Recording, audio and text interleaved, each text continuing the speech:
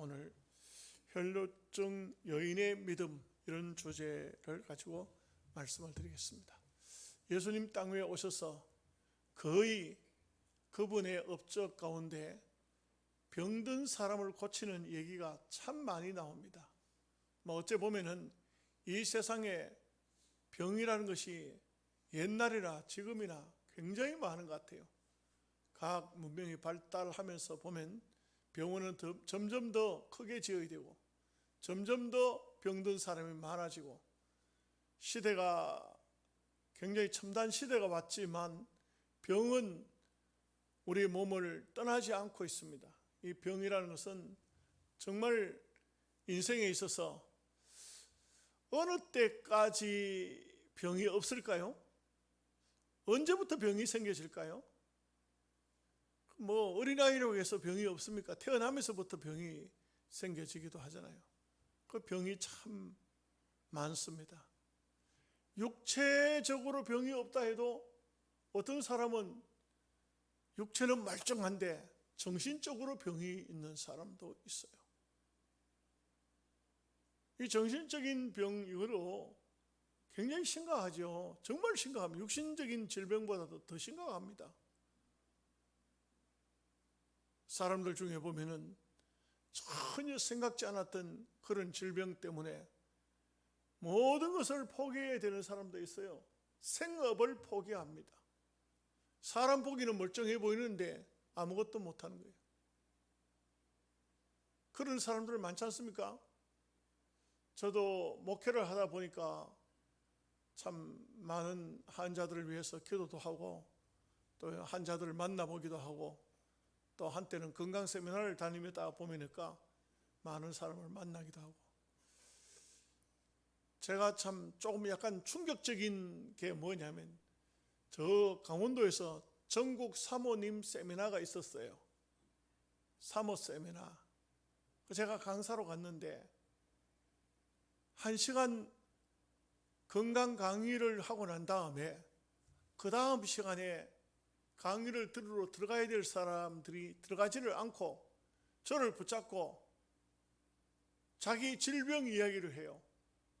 그 사모님들이 아주 너무너무 병을 많이 앓고 있더라고요. 참, 병원에서 해결이 안 되는 그런 병들이 얼마나 많습니까? 네. 목사님들도 병이 많겠지만 사모님들이 더 많은 것 같아요. 솔직히 목사는 강단에서 말씀을 전하고 또 바깥 활동을 하다 보니까 조금 덜한데, 사모님들은 얼마나 조심스럽습니까? 큰 교회는 큰 교회대로, 적은 교회는 적은 교회대로, 그러다 보니까 다 여러 가지 심각한 병들이 참 많죠.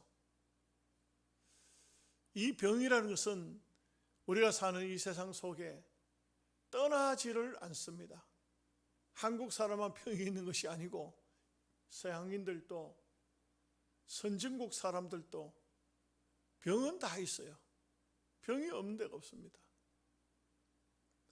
아주 잘 사는 그런 저 유럽에 있는 사람들도, 최선진국에 살고 있는 사람들도 병은 다 있어요.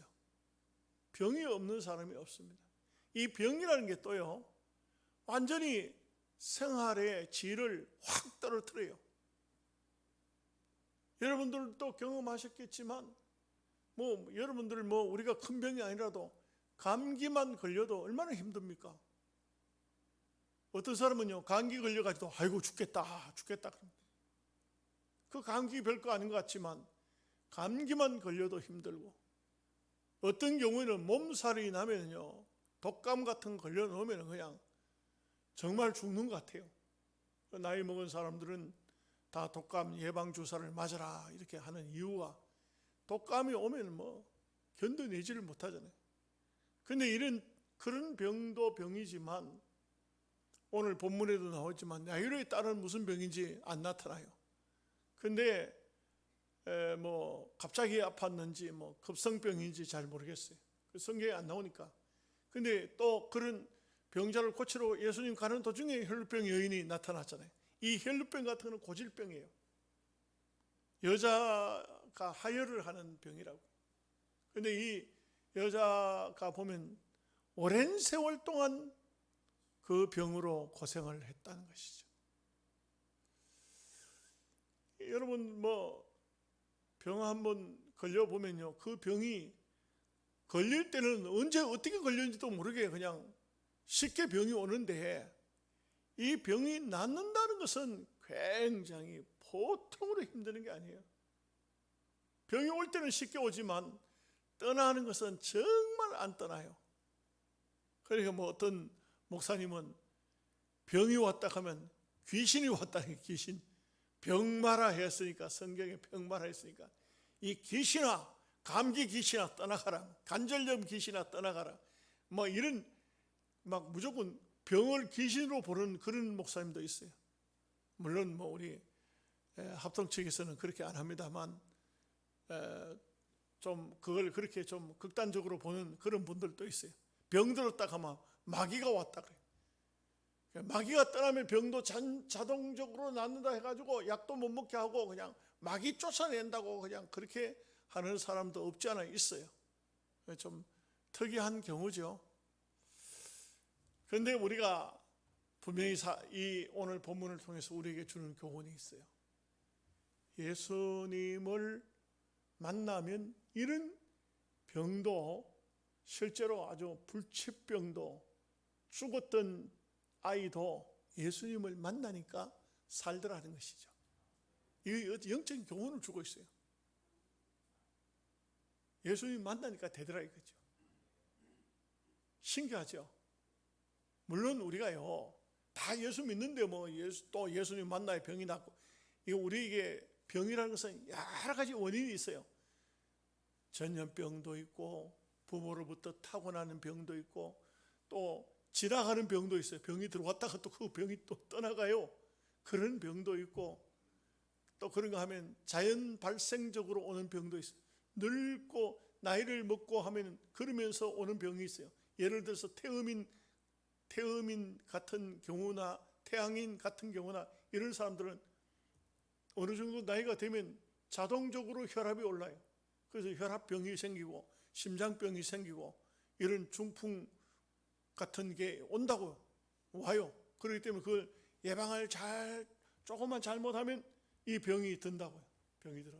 그래서 자기 몸을 자기가 관리를 잘 해야 되죠. 옵니다. 안 올 수 없어요. 그런 체질적으로 보면 이런 사람에게 이런 병이 오고, 이런 사람에게 이런 병이 와요. 예를 들어서 소양인 같은 경우에는 위장병이 오든지, 위장병이 오고 난 다음에 심장병이 오든지, 폐가 약하든지 그렇게 돼 있고, 태음인 같은 경우는 고혈압, 중풍, 당뇨 이런 병이 오고 이렇게 오도록 돼 있어요. 그 사람 체질을 연구해 보면 이런 체질은 이런 병이 오도록 돼 있어요. 이거는 자연 발생적이에요. 내가 조심한다고 안 오는 게 아니에요. 이런 병들이 옵니다. 그 예수님이 오늘 말씀을 보면은 이런 참 어린아이, 급성병 같아요. 12살 먹은 이 어린아이에게 온 병은 12살인가요? 어린 야이로의 딸, 이 어린아이에게, 여인이 12년 혈루병이죠. 이런 사람들에게 온 어린아이에게는 그 급성병, 혈루병을 앓는 여인에게는 고질병, 다 어려운 거예요. 다 어려운 거지. 그런데 이런 어려운 사람들이 예수님을 만나니까 살더라 하는 것은 생명의 주인이 누군가 하는 것을, 어떤 분을 만나야 우리가 고침을 받는다는 건 예표예요, 예표. 미국에서요, 리차드 파렐이라는 사람이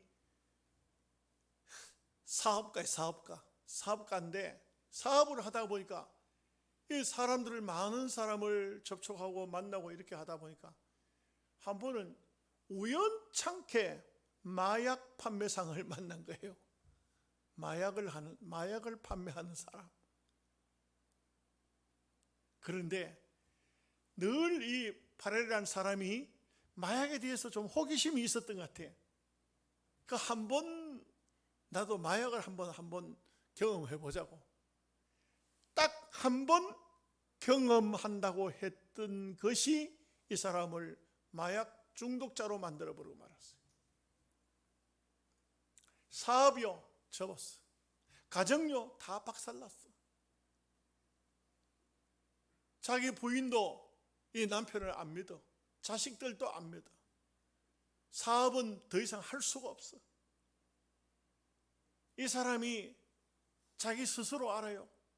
나는 마약 때문에 망했구나. 나는 이 마약 때문에 이렇게 내가 마약을 하다 보면은 나는 완전히 내 인생은 파멸이 왔구나. 끝났구나. 그래가지고 자기가 결심을 하고 노력을 하고 마약 상담자를 만나요. 그리고 그 상담자를 통해서 어마어마하게 노력을 하고 피를 깎는 노력을 했지만 안 돼요. 또 다시 한번 막 발작하기 시작하면 도무지 견딜 수가 없어요. 쇠고랑에 채워놓지 않는 한 마약을 맞아야 돼. 마약을 맞고 난 다음에 그 마약에서 풀려 깨나면 한없이 울었어요. 내 인생은 왜 이런가? 나는 왜 이런가? 가정도 다 깨지고 사업도 다 깨지고 얼마나 기가 막히지. 점점 몸은 쇠약해지고 점점 더 심해집니다. 병원에 입원했다 퇴원했다 그걸 계속 반복하는 겁니다.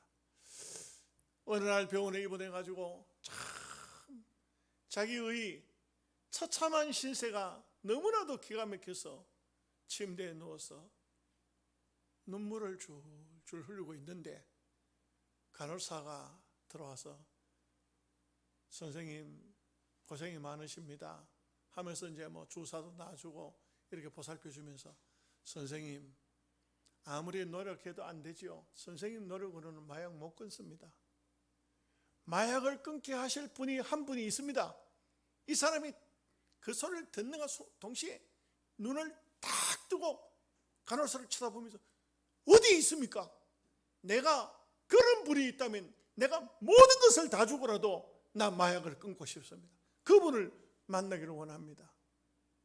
그 간호사가 하는 말이 선생님 예수 그리스도를 진심으로 만나면 마약 끊습니다. 이분이 어렴풋이 기독교에 대해서 예수님에 대해서 알고 있는 거예요. 어디 가면 만날 수 있습니까? 이 간호사를 통해서 예수님을 당장 그 현장에서 영접합니다. 여러분 정말 이 파렐이라는 사람이요 간증을 쓰는 거 보면 얼마나 이 마약 때문에 고생을 하고 힘들어하고 마음 아파했는지 몰라요. 그런데 그 간호사와 함께 무릎을 꿇고 기도하는 그 순간 전기가 막 쫙 들어오는 것 같이 자기 몸에 전율이 흐르더라고요. 그리고요 그렇게 마약 때문에 이 사람이 고민하고 고통스러워하던 것이 한순간에 싹 사라지더라고요. 이거는 참 리처드 파렐이라는 사람의 간증이지만 저는 볼 때에 예수님을 진심으로 만나면 모든 인생이 그렇다고 생각해요. 제가 또 이제 책을 읽다 보니까 어떤 분이 이런 얘기를 하더라고요. 군에 있을 때 군종으로 있었대요. 근데 군인 한 사람이 그 사람이 사고로 죽는 거예요. 젊은이가. 이 군종이 옆에서 지키고 있는 거예요. 죽는데 이 청년이 숨이 떨어지기까지 이게 얼마나 힘들어하면서 얼마나 막 악을 쓰고 바록하면서 하는 때 이 군종이 나중에 예수를 잘 믿어 목사가 되신 분이니까 근데 그 현장에서 느낀 게 뭐냐면 마귀에게 끌려가고 있는 중이구나 하는 것을 알았다는 거예요. 여러분 우리가 예수 믿는다는 게요 얼마나 귀한 축복인 줄 알아야 돼요. 엄청난 축복입니다. 요즘에는 뭐 병원에서 임종을 하니까 잘 못 봅니다만 저는 전도사 때 할아버지 한 분이 그 자녀들은 예수를 믿는데 며느리도 믿고 손자도 믿고 한데 할아버지는 예수를 안 믿어요. 이분이 마지막 죽는 것을 제가 옆에서 임종을 봤어요. 와, 정말 무섭더라고요. 무서워요. 나는 그 모습을 보고 머릿속에 지워지질 않아서 오랜 세월 동안 애먹었어요. 막 눈을 떴다 감았다 막 온 사방 잡힌 대로 막 끌어당기는데 숨을 막 혓바닥이 다 말려 들어가도록 숨을. 나는 그때 그 모습을 보면서 사람이 죽을 때 이렇게 죽는가 했더니 예수 믿는 성도는 전혀 그렇지 않더라고요. 와, 정말 신기해요. 여러분, 뭐 천당이 있느니 없느니 뭐 별별 소리 다 하고 세상에 뭐 학적으로 어쩌고 맞니 안 맞니 별별 소리 다 하지만 예수 믿는 사람 안 믿는 사람 갖다 놓고 죽는 거 비교 죽는 모습을 보기만 해도요 당장 전도가 될 수가 있어요. 놀라워요. 예수 믿는 성도는요 정말 놀라워요. 저는 전도사 때 그때 예수 믿다가 죽는 사람 안 믿다가 죽는 사람을 현장에서 제 눈으로 직접 마지막까지 봤어요. 어떤 사람은 몸이 굳어가지고 이렇게 팔도 펴지 못하고 이래가지고 절룩절룩 거리면서 교회를 나왔는데 와, 죽는 순간에 어떻게 그렇게 죽는 모습이 아름다운지 몰라. 그렇게 팔이 굳어졌던 팔을 쫙 펴더라고요. 쫙 펴고 얼굴이요 완전히 밝아요. 그리고 죽고 난 다음에도요 몸이 굳지를 않더라고. 와, 마지막 순간까지요 예수 믿는 성도와 불신자의 모습은 다르더라고요. 너무 달라요. 너무 달라.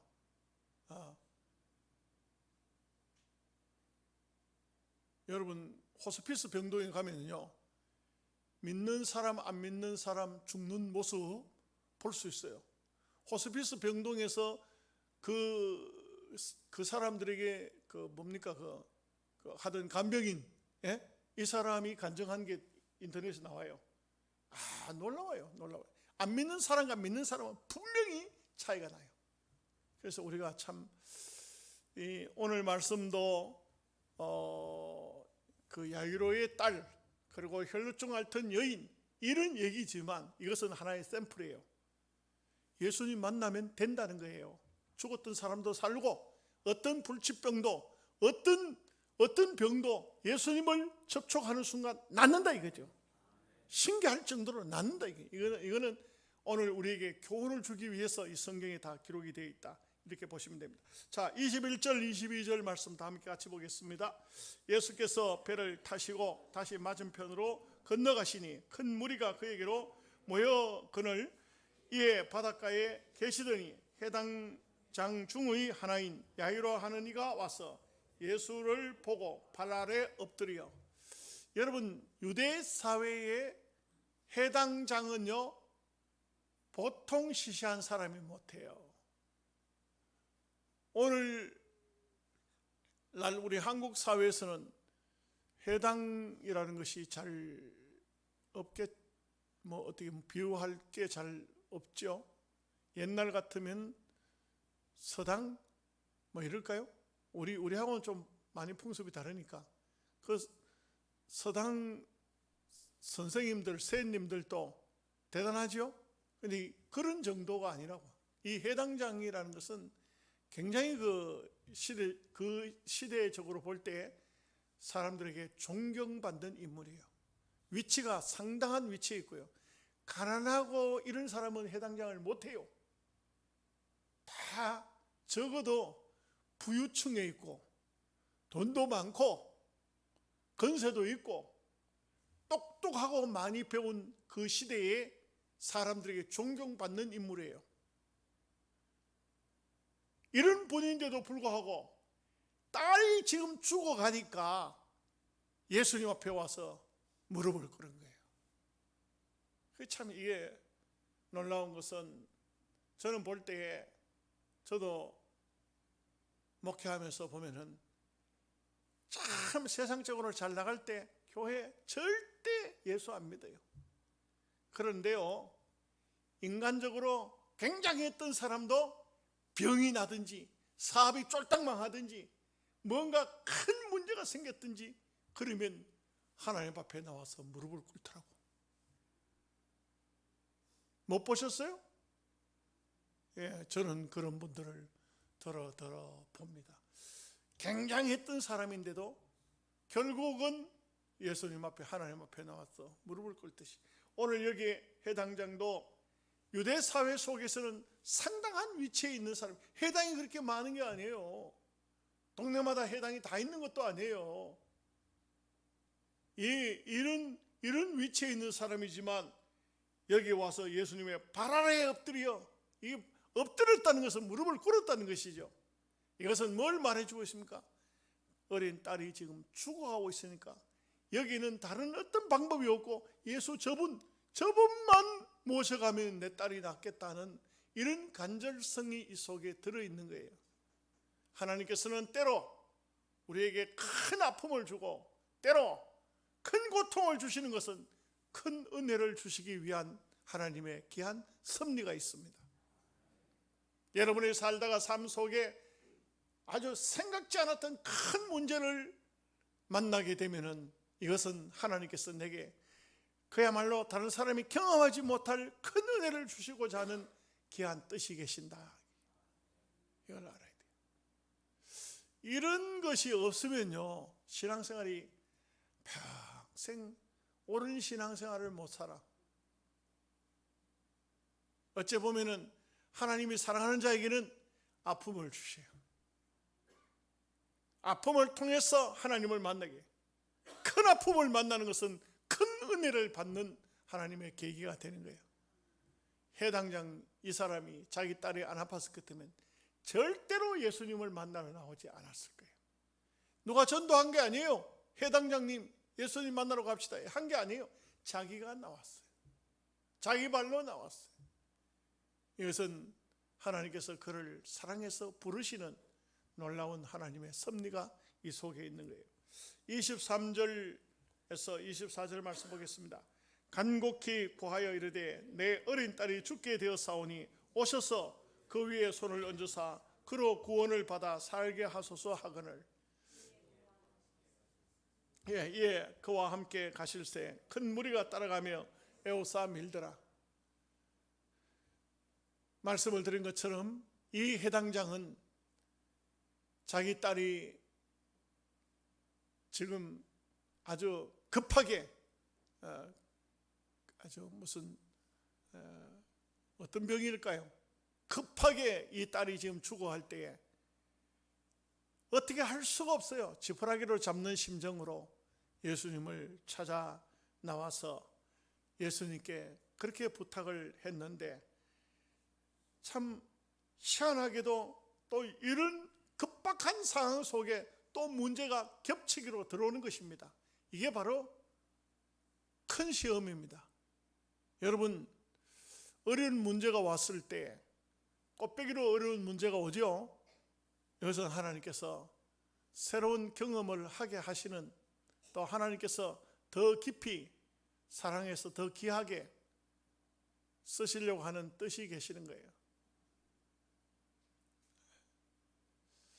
참 저는 제 얘기를 여러분들이 다 아시기 때문에 굳이 설명할 필요가 없습니다만, 저는 찐득이의 그 살인 찐득이 34%가 죽는다는 찌찌가무시에 물려가지고 병원을 입원해서 그냥 그 고생을 엄청 하고 그 후유증인 것 같아요.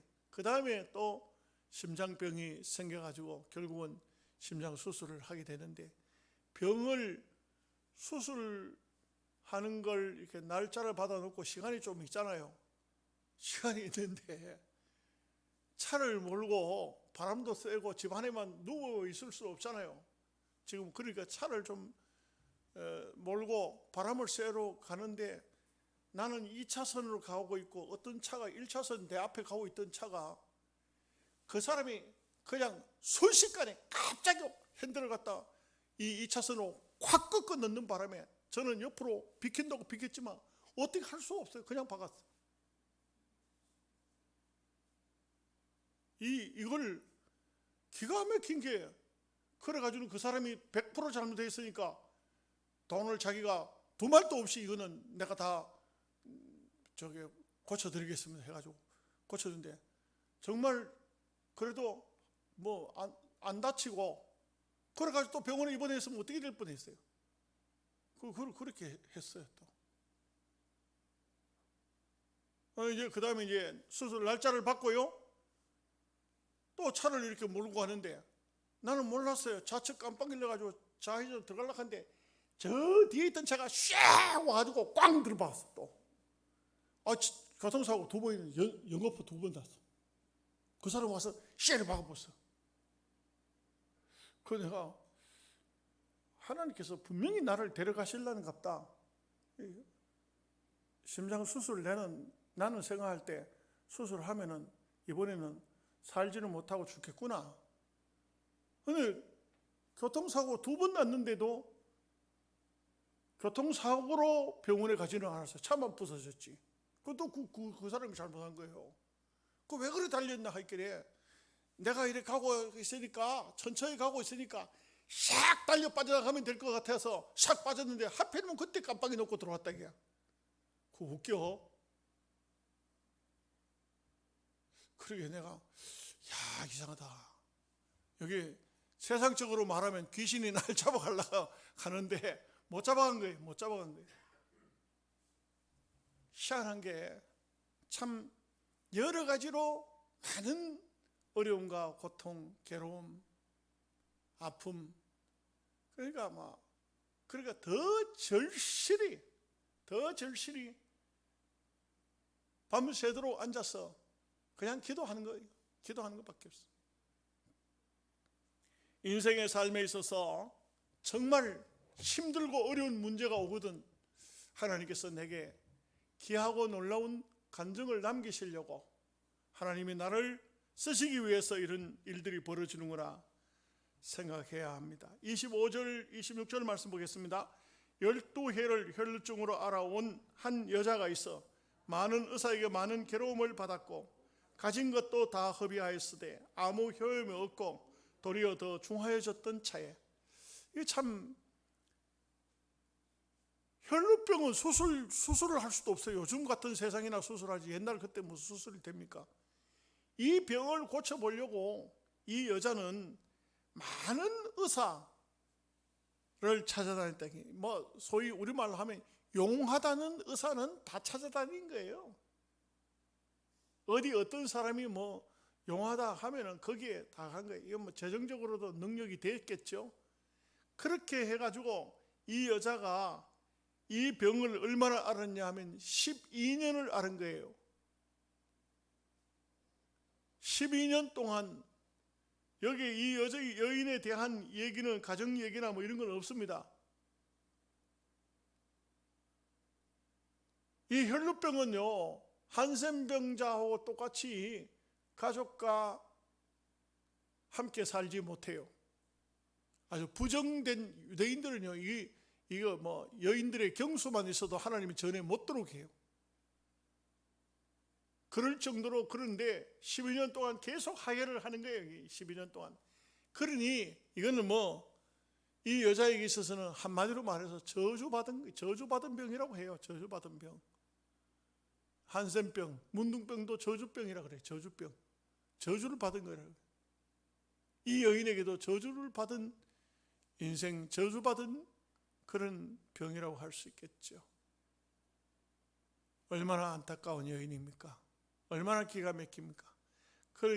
이 재산이 상당히 많았겠죠. 그런데 그렇게 많던 재산도 여기 보니까 다 허비하였으되, 이제는 그 병이라도 고쳤으면 그래도 살만하죠. 사람이 건강하면 멀리서 살지 않습니까? 그런데 12년 병 앓았죠. 있는 것도 다 의원들 찾아다니면서 병 다 썼지. 그런데 그 병은 안 낫는 겁니다. 얼마나 절망적이고 얼마나 기가 막힌 모습입니까? 사람이 이런 일을 당하게 되면은 아주 너무 낙심하게 되죠.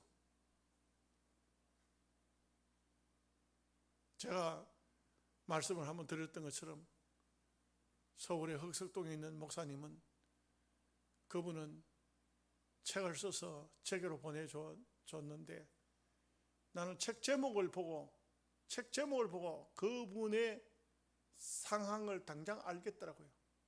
제목이 뭐냐? 하나님, 내게 왜 이러세요? 여러분 설명 안 해도 알겠죠? 하나님, 내게 왜 이러세요? 부인이 오랫동안 병들어 있다가 죽고, 목사님 사모님이요? 사모님이 죽고, 자식도 병나고, 본인도 암에 걸리고, 어떻게 하겠어요? 모아놓은 돈도 없고 아무것도 없고, 그나마 그래도 교회에서 목회를 하게끔 하는 것만 해도 감사하죠. 개척교회이기는 하지만 얼마나 힘들고 얼마나 괴로우면 하나님을 향해서 하나님, 내게 왜 이러세요? 이렇게 말하고 있어요. 나는요, 솔직히 좀 죄송한 얘기인데 그 책을 안 읽었어요. 너무 난 책 제목만 읽고 막 울었어. 서론만 읽고 막 울었어. 못 읽겠어요. 얼마나 힘들까? 얼마나 괴로울까? 그 목사님을 총회에서 만났어요. 그 목사님 나를 보더니 얼마나 반가웠는지 몰라요. 그렇습니다. 참 인생의 삶이라는 것은 이 땅의 삶이 많이들 고달프고 힘들고 그렇습니다.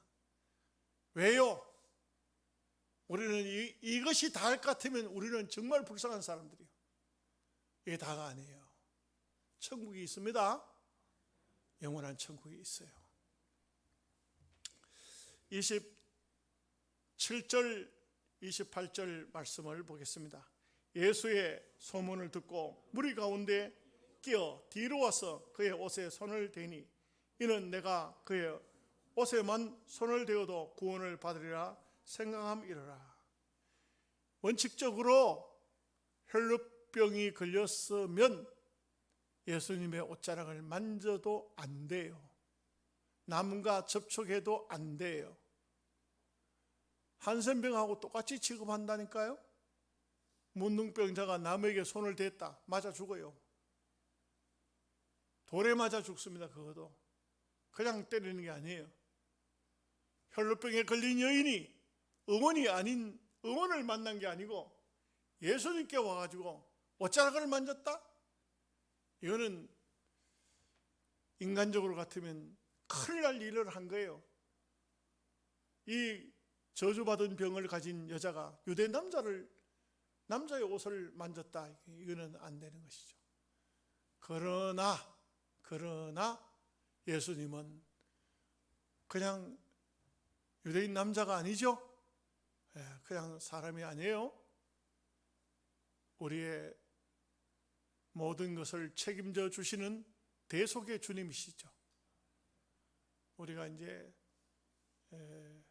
사람을 어떻게 보느냐 하는 것은 다르죠. 제가 이제 다음 주에 감산 기도원에 집회를 갑니다. 감산 기도원에 늘 집회 나오는 다니엘 김 목사님이 한 번을 설교를 들으니까 그런 얘기를 하시더라고요. 무슨 얘기를 하냐면은, 아직 그분이 결혼을 안 했거든요. 총각이에요. 나이가 몇 살인지 잘 모르겠어요. 제가 볼 때는 거의 30살도 훨씬 넘은 것 같은데 결혼을 안 했어요. 그런데 이 아가씨들이 저 홍콩에서도 대만에서도 온다 그래요. 오는데 다니엘 사진을 크게 사진을 확대해가지고 와가지고 이렇게 자기가 앉는 의자 앞에다가 딱 갖다 놓고 그 무릎 꿇고 앉아 기도한대. 그 전사님이 왜 그렇게 하냐가 있긴 해. 하나님께서 다니엘 김하고 내하고 결혼하게 해달라고 그렇게 기도한다 그래. 그리고 문자를 보내요. 문자를 보내는데 목사님이 맨날 문자가 들어오니까 스트레스를 받는 거야. 그래가지고 전화기를 바꿨는데 어떻게 알았는지 아무도 안 가르쳐줬는데도 그게 또 들어온다는 게 또 들어온다는 게.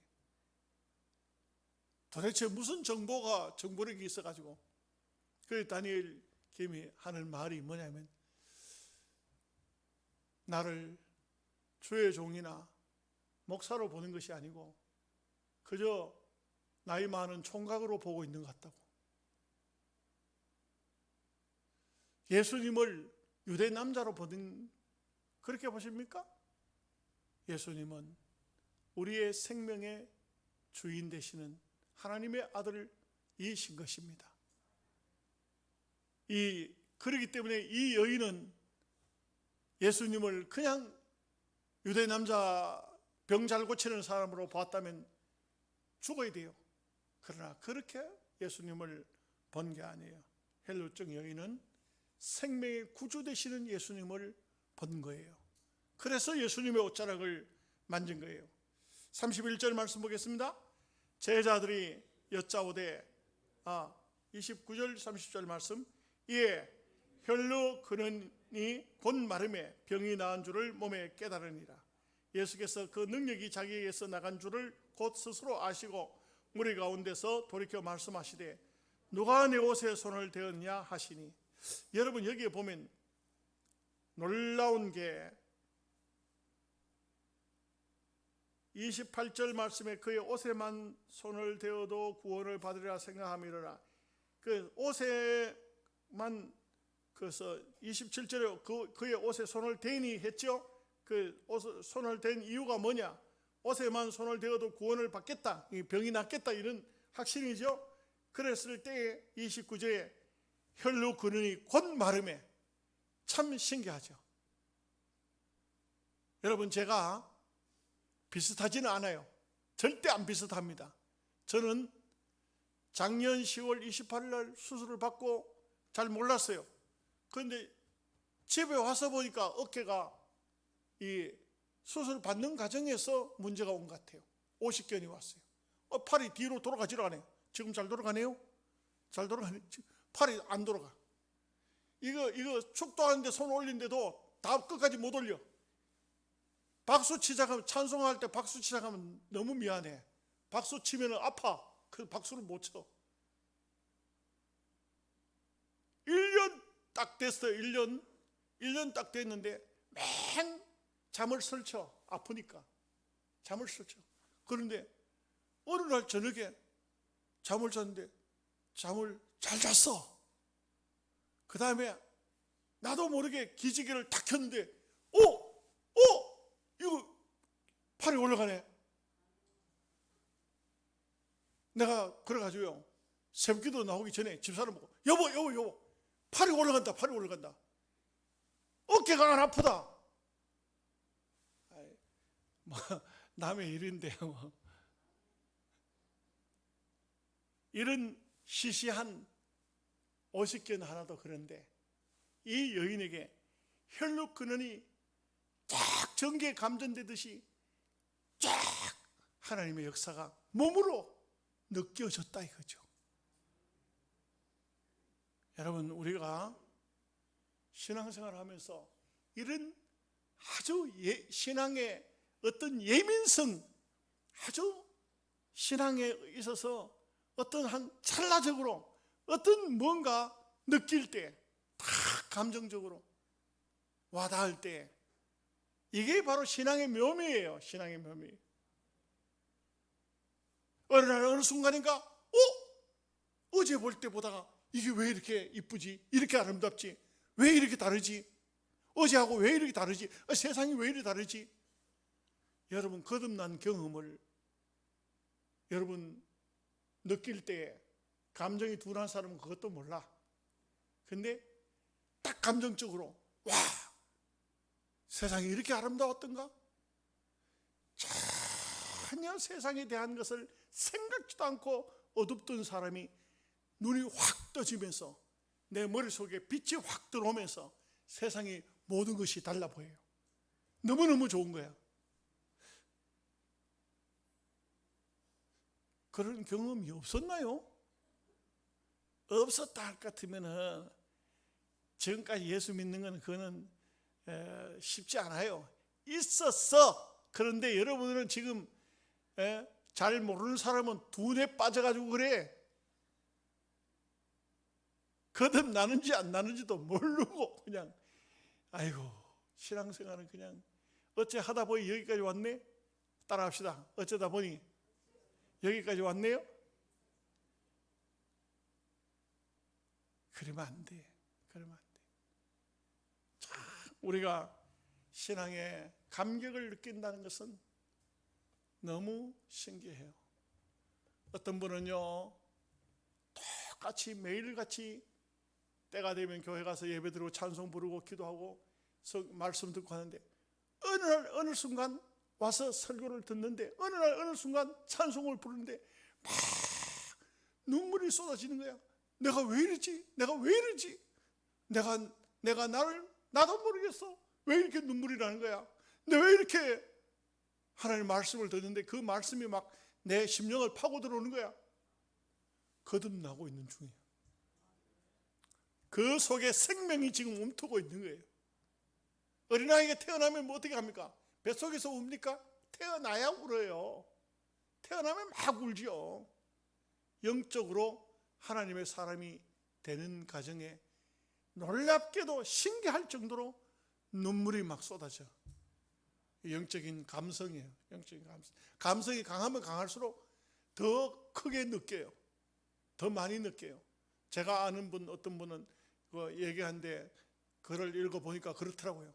보니까 이분은요, 예수를 믿으면서 교회 다니면서 집사가 됐으면서도 막 술도 먹고 담배도 피우고 다 했어. 다 했는데 전혀 설교를 들으면 은혜라는 것은 깨닫지도 못하고 전혀 생각지도 못해. 그런데 어느 날 갑자기 자꾸 눈물이 쏟아지고 내가 왜 이러나, 이거 죽으려고 하나, 이거 늙었나, 내가 왜 이렇게 눈물이 나냐. 손수건을 꺼내 눈물을 닦고 나중에 보니까 목사님이 그분이 보니까 그렇게 눈물을 흘리고 이 사람이 그때부터 달라져 버린 거예요. 변화돼 버린 거예요. 세월이 오래 간다고 변화되는 게 아니에요. 교회에 뭐 몇십 년 다니고 집사가 되고 그랬다고 변화된 게 아니에요. 그 우리 송태근 목사, 우리 동기 목사는 그런 얘기를 해요. 장로님들이 40명 있는 교회에 갔어요. 40명. 장로님들 40명. 어마어마하죠. 근데 이 장로님들이 당회만 열리면 맨날 싸운대. 그냥 아예 뭐 당회만 열리면 그냥 싸우러 들어오는 것 같아. 근데 그 장로님들 데리고 기도원을 갔어.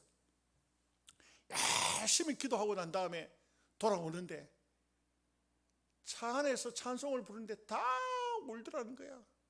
막 펑펑 울더라는 거야. 우리가 그동안 뭐 했던가? 우리가 장로락 하면서 지금 뭐 했나? 근데요, 주일날 되니까 더해. 교인들이 다 울더라 그래요. 왜 교인들이 저렇게 울까 했더니 그 교회도 옛날식으로 된 교회 앞에 장로석이 따로 있었어요. 그 장로들 다 우니까 교인들도 다 우는 거야. 다 우는 거야. 교회가, 그 고질적인 교회가 문제가 한 번에 해결되더라 그래요. 기도했을 때, 성령을 거듭났을 때. 더 웃기는 건 장로님 두 분이 목사님, 제가 이번에 구원받은 확신을 가졌습니다. 세상에. 장로님이 얘기해. 지금 서리집사 얘기가 아니에요. 지금 장로님이 이번에 구원받은 확신을 가졌습니다. 놀라운 일이죠. 자, 이제 31절 말씀 보겠습니다. 제자들이 여짜오되 무리가 에워싸 미는 것을 보시며 누가 내게 손을 대었느냐 물으시나이까 하되, 그 뭐 일반적으로 보면 제자들이 볼 때는 수많은 사람이 밀고 땡기고 막, 여기 24절 말씀 보세요. 에워싸 밀더라. 뺑 둘러 싸가지고 막 뭐 예수님 뭐 제대로 가고 싶은 데로 갈 수도 없을 정도로 사람들이 막 밀고 땡기고 할 정도로 인산인해 이렇게. 그러니까 수도 없는 사람이 예수님의 옷자락에 손이 닿았다는 거예요. 몸이 닿았다는 것이죠. 그러나 예수님은 그렇게 수많은 사람이, 오늘날로 따지면 수많은 사람이 교회에 왔지만 나를 믿음으로 붙잡은 사람이 누구냐 이거죠. 그래서 그건 많은 사람이 교회, 뭐 우리 시골 교회 같은 데는 그렇게 안 맞지만 도시 같은 데는 지금도요 몇만 명씩 모이는 교회들이 있어요. 이 코로나 시대에 아직도 덜 벗어났지만 그래도 뭐 어마어마한 교회들이 많아요. 그 수많은 사람들이 에워싸 밀지만 누가 내 옷에 손을 대었느냐 예수님이 물으신 것은 믿음으로, 진정 믿음으로, 이 혈루병이 예수님이 아니면 안 된다는 아주 작심하고 나와서 예수님의 옷자락을 만진 거하고 다르지요.